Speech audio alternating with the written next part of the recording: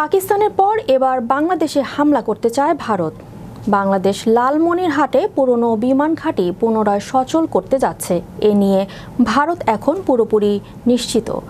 এটি ভারতের কৌশলগত ভারসাম্যের জন্য একটি বড় হুমকি বলে মনে করছে ভারত। তাহলে কি এবার যুদ্ধে জড়াবে ভারত বাংলাদেশ? বিস্তারিত থাকছে ডেস্ক রিপোর্টে।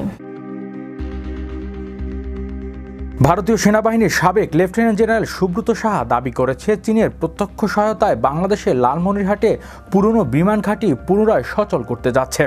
এ নিয়ে ভারত এখন পুরোপুরি নিশ্চিত। তার ভাষায় এটি ভারতের কৌশলগত ভারসাম্যের জন্য একটি বড় হুমকি, বিশেষ করে শিলিগুড়ি করিডোরের মতো সংবেদনশীল অঞ্চলে খুব কাছের হওয়ায় তারা খুবই আতঙ্কিত। ভারতের সামরিক হুঁশিয়ারি। আনন্দবাজার পত্রিকায় দেয়া এক সাক্ষাৎকারে সাহা বলেন, প্রয়োজনে বাংলাদেশে অপারেশন সিন্দুর মতো সামরিক অভিযান চালানো হতে পারে। গুড়িয়ে দেয়া হবে সেন্ট মার্টিন বা বিমানবন্দর।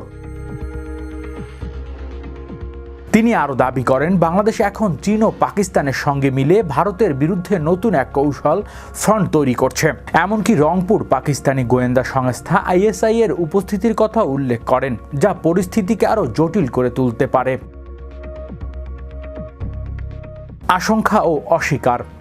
সম্প্রতি কয়েকটি জাতীয় দৈনিকের প্রতিবেদনে দাবি করা হয়, বাংলাদেশের লালমনিরহাটে পরিত্যক্ত বিমান ঘাঁটি সচল করার প্রস্তুতি নিচ্ছে এবং সেখানে প্রাথমিক কিছু সরঞ্জামও পাঠানো হয়েছে। কিছু প্রতিবেদনে চীনা কর্মকর্তাদের ঘাঁটি পরিদর্শনের কথা উঠে আসে, যদিও বাংলাদেশ বা চীনের পক্ষ থেকে আনুষ্ঠানিকভাবে কিছুই স্বীকার করা হয়নি। ভারতের কৌশলগত তৎপরতা বাড়ছে। এই প্রেক্ষাপটে ভারত সীমান্তবর্তী অঞ্চলে রাফাল যুদ্ধবিমান মোতায়েন, রামপুর সুপার সিন ক্ষেপণাস্ত্র ও SS-400 আকাশ প্রতিরক্ষা ব্যবস্থা স্থাপন সহ সামরিক তৎপরতা বাড়িয়েছে। বিশ্লেষকরা একে অতিমাত্রায় প্রতিক্রিয়াশীল ও আক্রমণাত্মক পদক্ষেপ বলে অভিহিত করেছেন। বাংলাদেশের অবস্থান। বাংলাদেশ সরকার এখন পর্যন্ত চীনের সহায়তায় ঘাঁটি নির্মাণের বিষয়টি আনুষ্ঠানিকতার স্বীকৃতি দেয়নি। প্রতিরক্ষা সংশ্লিষ্ট সূত্র জানিয়েছে, বিমান বাহিনীর পুরো অবকাঠামো পূর্ণ ব্যবহার করাই এই পরিকল্পনার মূল উদ্দেশ্য হতে পারে।